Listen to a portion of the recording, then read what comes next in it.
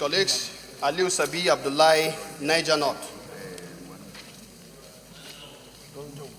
Mr. President, distinguished colleagues, the Senate recalls that the Nigerian Financial Intelligence Unit was a creation of the Nigerian Senate, as the third passage was made on 27 July 2017, and indeed the 8th National Assembly, as an autonomous body that is responsible for requesting, receiving, analyzing, and disseminating financial intelligence reports to combat terrorism, insecurity, and corruption. The Senate further recalls that President Muhammadu Buhari on July 11, 2018, signed the NFIU bill into law, in line with the requirement of Recommendation 29 of the Financial Action Task Force Standards and Article 14 of the United Nations Convention Against Corruption. The Senate, aware that the NFIU, which is domiciled with the Central Bank of Nigeria, is saddled with the responsibility of putting in place anti-corruption measures as a preventive strategy. The Senate informed that the other functions of the NFIU include advising the government and regulatory authorities on the prevention and combating of economic and financial crimes, liaising with compliance officers and ensure strong compliance culture in financial institutions, providing financial intelligence reports through statistics in the investigation and prosecution of offenders under the relevant laws, promoting public awareness and understanding of matters relating to economic and financial crimes, money laundering and financing of terrorist activities, and to trail money transactions in banks and other financial institutions. The Senate notes that the NFIU had issued a new financial guidelines on the operation of the local government account titled Guidelines to Reduce Vulnerabilities Created by Cash Withdrawals from Local Government Funds throughout Nigeria, effective 1st June 2019. The Senate further notes that the development and issuance of the new guidelines is prompted by threats by international financial watchdogs to sanction Nigeria because of financial abuse. The Senate recognizes and recalls that due to lack of autonomous status for the NFIU before and the alleged interferences with its operations by the EFCC, the Egmont Group had suspended Nigeria's membership of the body in February 2017. The Egmont Group is a global body of 155 financial intelligence units across the world, which facilitate the exchange of financial intelligence, expertise, and capabilities. The Senate recognized that the federal government is alarmed by the continuous pillage of cash allocated to local councils across the state by state government through the state joint local government accounts and the stark reality of poor governance in the grassroots third tier of government and its attendant role in the challenges of poverty, unemployment, rural banditry, kidnapping, and other social vices. The Senate informed that the guidelines stated that joint account system in place in most states will only exist for the receipt of allocations but not disbursement. Specifically, the guidelines provide that the state joint local government account is only a collation account of funds to be shared to only local government accounts in accordance with Section 1627 of the Constitution of the Federal Republic of Nigeria, 1999 as amended, and not for any other transactions or purpose. Informed that the guidelines will limit cash transactions in the account of local governments to a daily maximum of 500,000 naira only, and subsequent withdrawals must be by approved checks or electronic payment channels to promote registered transactions by all the local governments.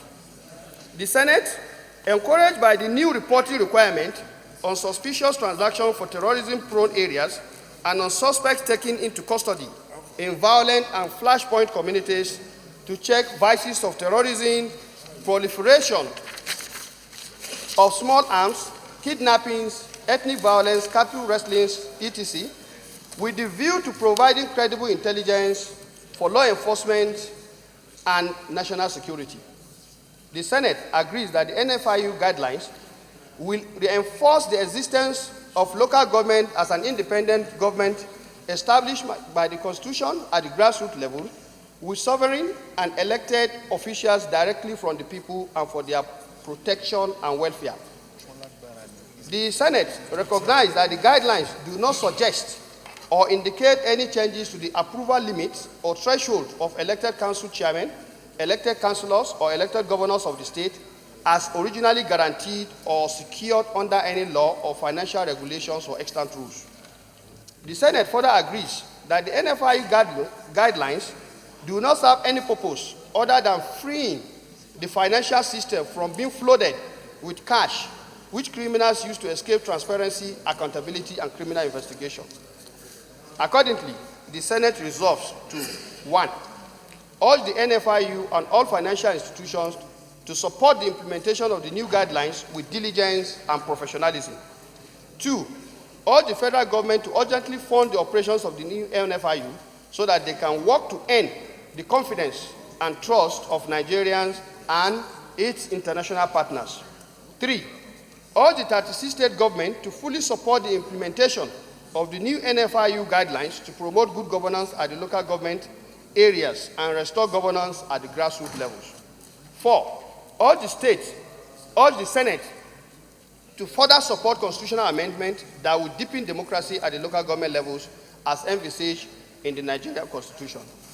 Mr. President, distinguished colleagues, it will be recalled also that in the last constitutional amendment, of course, the National Assembly was wholly in support of granting autonomy to the local government so that we can have more governance for our people. I must submit here that the scale of insecurity, which we have just talked about, even in the last motion having to do with the Kaduna-Abuja road, and other similar rural banditry that is taking place across this country, there have been a lot of studies and a lot of facts that shows that what is happening at the local level is because those space, the governance system in those space have collapsed. And I think the intendment of the Constitution is clearly to support the local government in a way so that they can begin to provide one or two services and therefore help our citizens to have their source of livelihood guaranteed. But definitely our experience so far, I think, is one that shows otherwise. The lame excuse of local governments not being, having the capacity, I think to me is something we must address. You cannot have capacity when you've not been given the chance and the opportunity to even carry out your function. And we all know very truly that if you look at the funding of the local government, I think it's a very sad situation. Mr. President, I move this motion and I urge my colleagues to support it. I would like to commend the Senate branch of the Governors Forum for the confession, for now being born again. And I think so I want to thank them. I hope they'll have a good handshake with their colleagues when they leave here today. I'm sure they'll get phone calls as soon as they leave here. But I think that is the best way to go, sir. After some time, it is better to have a reflection on the system. And even if we've been making mistakes, we have to find a way of doing the right thing. So I want to commend Senator Aliero and his colleagues. Now, but Your Excellency, today we have lying in all the states the National Assembly bill on the reform of the local government systems, which was part of the last effort of this assembly to amend the Constitution. Now, some governors are still sitting on it. So, in furtherance of this motion, I would just want to use the opportunity to appeal to those states where those bills are still hanging, to allow the state assemblies to look into those bills and then take a decision one way or the other. If we're able to do that, it will be one of the best legacies this assembly will be able to give to Nigerians. Having said that, sir, the issue of the management of allocation of both the state, the federal, and local government are all set out in the section 162 of the Constitution. As responsible parliament, my suggestion, therefore, is that in line with this motion and in support of the NFIU, it is better that our relevant committee should also liaise with the NFIU to ensure that whatever guideline they're coming up with does not conflict with our Constitution. Remember, sir, that many years ago, when the federal government wanted to start saving money from the excess good account, it was you and some of our governors here who went to court to challenge it. That matter is still lying in the Supreme Court. So I envisage a situation where the governors may challenge the guidelines. So in order to avoid unnecessary litigation, I want to suggest that our relevant committee, Utasis committee, needs to sit down with the NFIU and look at the guideline and ensure that it is not in conflict with any position that is already provided in the Constitution, so that we don't get ourselves in unnecessary litigation. So that's my suggestion on that. The other aspect, sir, I saw in the guideline that the local governments are now limited to the withdrawal of 500,000 naira a day. This may work maybe in my local government and some local governments here, but in places like Abuja and Lagos, it's going to be absolutely impossible for a local government chairman to limit himself to 500,000 withdrawal, because what they do every day is enormous. And they have to do that in order to maintain the city and maintain the inhabitants and so many other things they do. So it's absolutely impossible for them to have 500,000 naira withdrawal in a day and be able to keep up to the standards expected of them. So that's another area the committee may not have to sit down with the NFIU to find an appropriate amount that will be able to support the local government operations in a day, especially in urban local governments. What I am about to say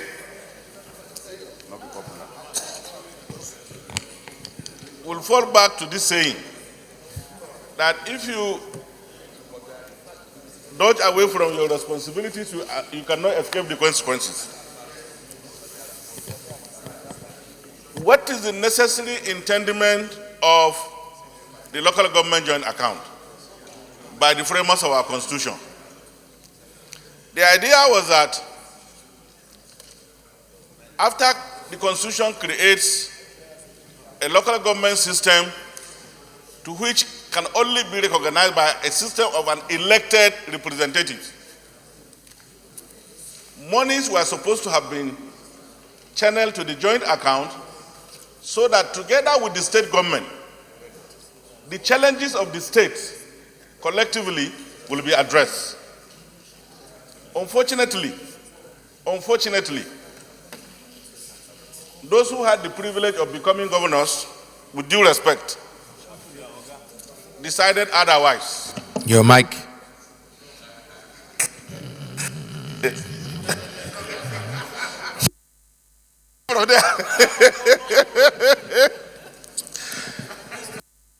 So the consequence was that while Nigerians came together, made a constitution, distributed the resources of this country in a manner that it will ensure the distribution of income so that there will be even development of the country, the action of the governors turned it the other way around, sir, with due respect.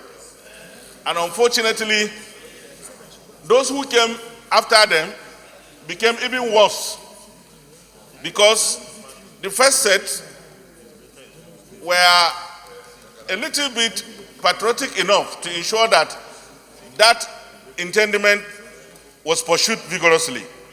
But you and me know that those who came after and what we are seeing today is a complete reversal of the necessary intendment of the Constitution. And I think this Senate will do a very, very patriotic job in addition to the effort that we make in trying to ensure the autonomy of local government, to ensure that whatever is humanly possible to support the direction of revenues of local government to the local government areas is supported by each and every one. In fact, sir, I might be right to say that if we succeed in ensuring this, more than 60% of the problem of corruption of this country would have been solved, with the greatest respect. Because with what we are seeing, sir, and what we have had, it is only fair that we ask ourselves whether we can continue along this line. And I'm of the opinion that we cannot continue, and that we must come together and ensure that local government revenues, are allowed to be channeled to those concerned, so that there can be even development in accordance with the wishes and aspirations of the framers of our constitution. But the way it is now, sir, let me even tell you the most painful aspect. Governor will come, take the local government revenue of the states, develop his own area, and underdevelop the other areas. This is what we see. This is what we see, sir, unfortunately. Against the oath of office that has been taken, that you will do justice to all manner of people without fear or favor. So I think this Senate has a responsibility to reverse this situation, and that it will be one of the most landmine decisions of the Senate if we take whatever step that is humanly possible and permitted by the Constitution and the law to ensure that we reverse this situation. And I thank the yes. Mr. President, distinguished colleagues, Senator George, Akume, Benue Northwest. Mr. President, I rise to second this motion. In doing so, I want those of us who are old enough, and those of us who are not even old enough, but who have read very well, to take a look at what the local system used to be. In the days of yore, the local governments were recognized. They were called native authorities in those days, and they were given very heavy responsibilities. Maintenance of law and order in their respective areas. They were in charge of education, they were in charge of agriculture, they were in charge of infrastructure. I recall, Mr. President, that the first third road from Benue State in those days was started by the Team Native Authority from Boko to Makodi. And so today, given the fact that the local government are recognized as third tier of government, when we talk of lack of executive capacity on the part of the local government to utilize the funds given to them, we are not being sincere. Mr. President, finally, the time of local administration has come, and I believe we are going to be part and parcel of this fantastic decision to liberate the local government from the shackles of some of the state governors. Mr. President, you were governor, and I believe that when the Deputy Senate President was speaking, he included people like you and me. During our time, our local government were allowed to function. We never were out their monies, and that was why they were able to execute projects for the common good. Today, it is a far cry. Mr. President, they need this money. They need this money. If I want to go a little bit deep, I may be accused of being too particularistic. But let me give you one example. In Benue State in August 2018, Boko local government was allocated 257 million from the Federation account. And Makodi, only 191 million was disclosed. At the end of the day, after deducting money for primary school teachers' salaries, local government staff salaries, Boko local government was expected to take home 70 million. They ended up with 10 million. And this has been so consistent and persistent.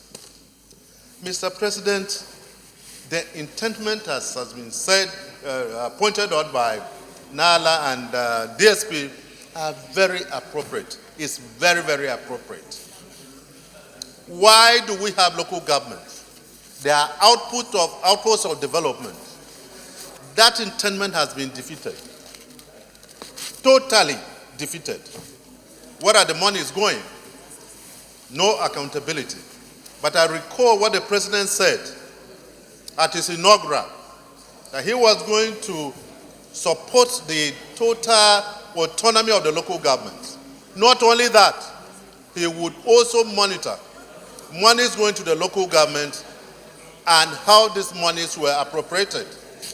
I'm happy that finally we are getting to the root cause of the problems of the local government.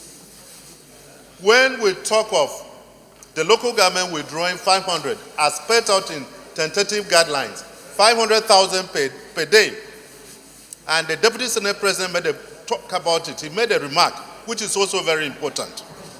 This may not necessarily apply across the board, but let us also look at the internal revenue effort of every local government and then categorize the expenditure profile daily of every local government. That way, it will be better if we know that some local governments require up to 1 million per day withdrawal. Let them have it. If we know that some of the local governments, based on their internal accruals, deserve less than that, let them have it. But there should be a categorization so that at the end of the day, no local government suffers because of lack of resources to execute their own functions. And Mr. President, I thank you for this opportunity, and please let it be implemented. President, distinguished colleagues, my name is Senator Muhammad Adamu Aleru. I represent the good people of Kebbi Central.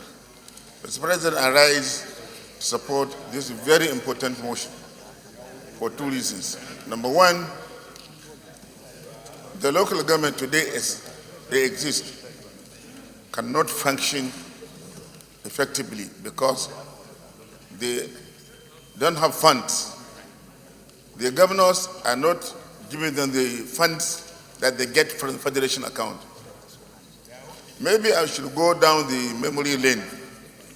In 1999, when we came as governors, I could recall Senator Akume is here, Abdullahi Adamu is also here.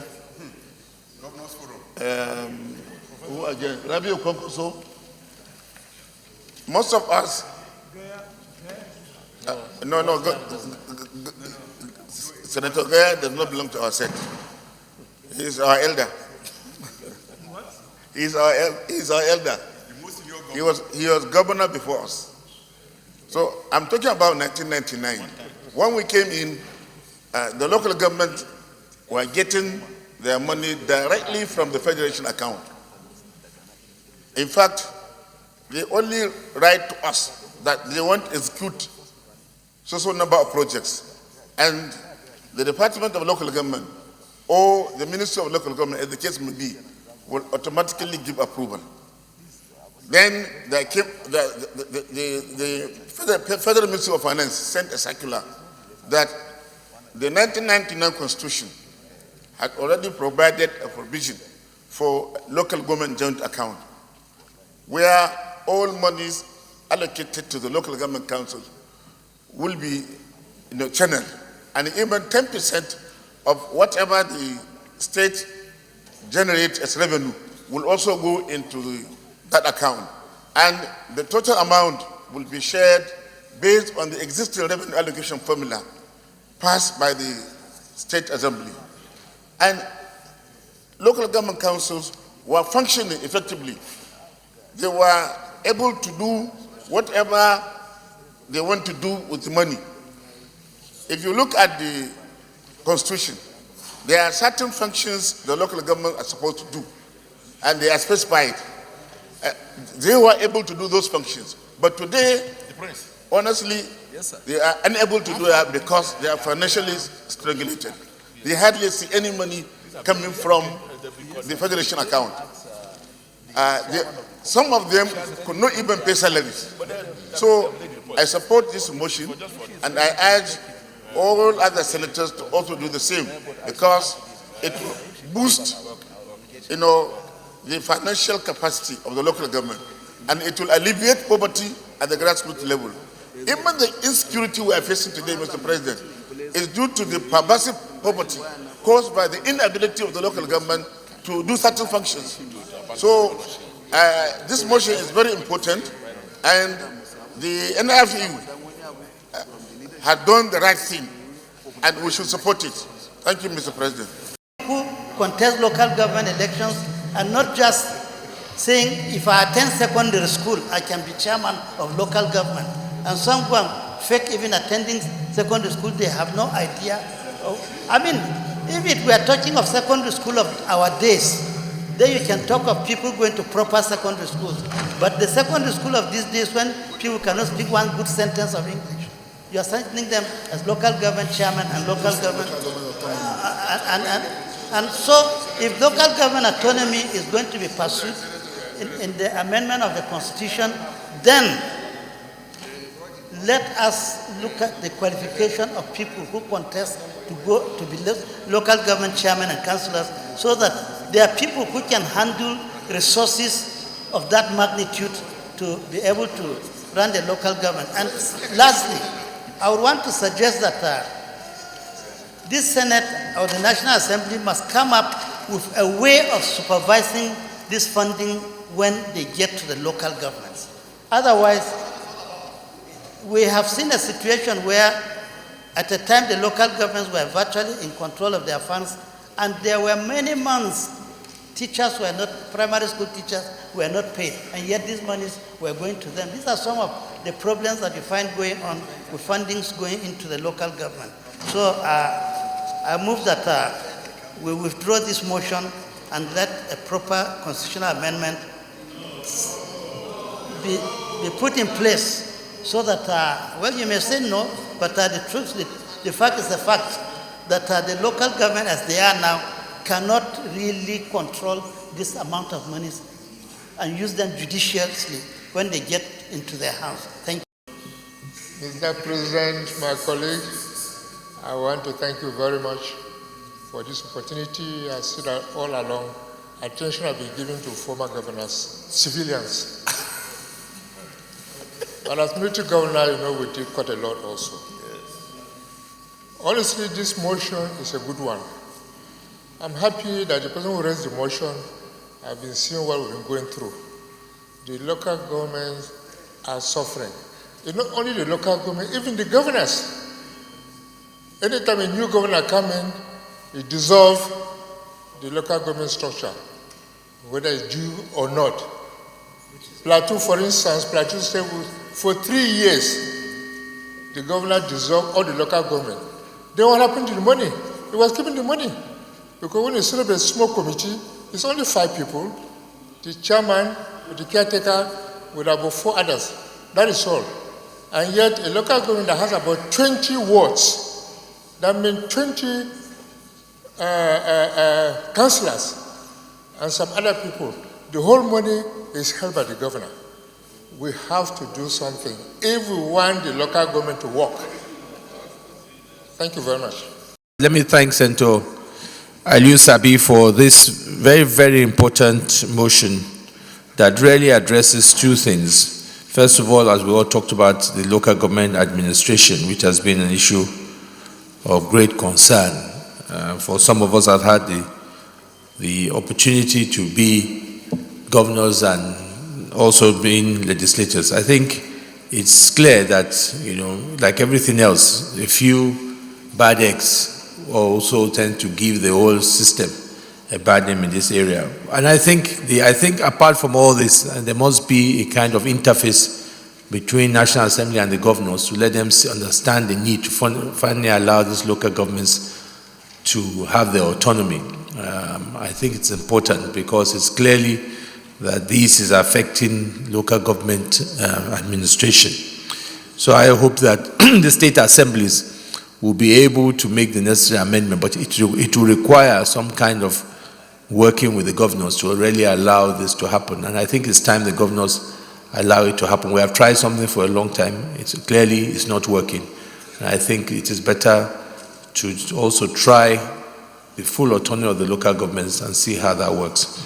That is one area as well. The second area as well, I think also, is for us to commend the NFIU, who within less than 2 months in existence has begun to bring value.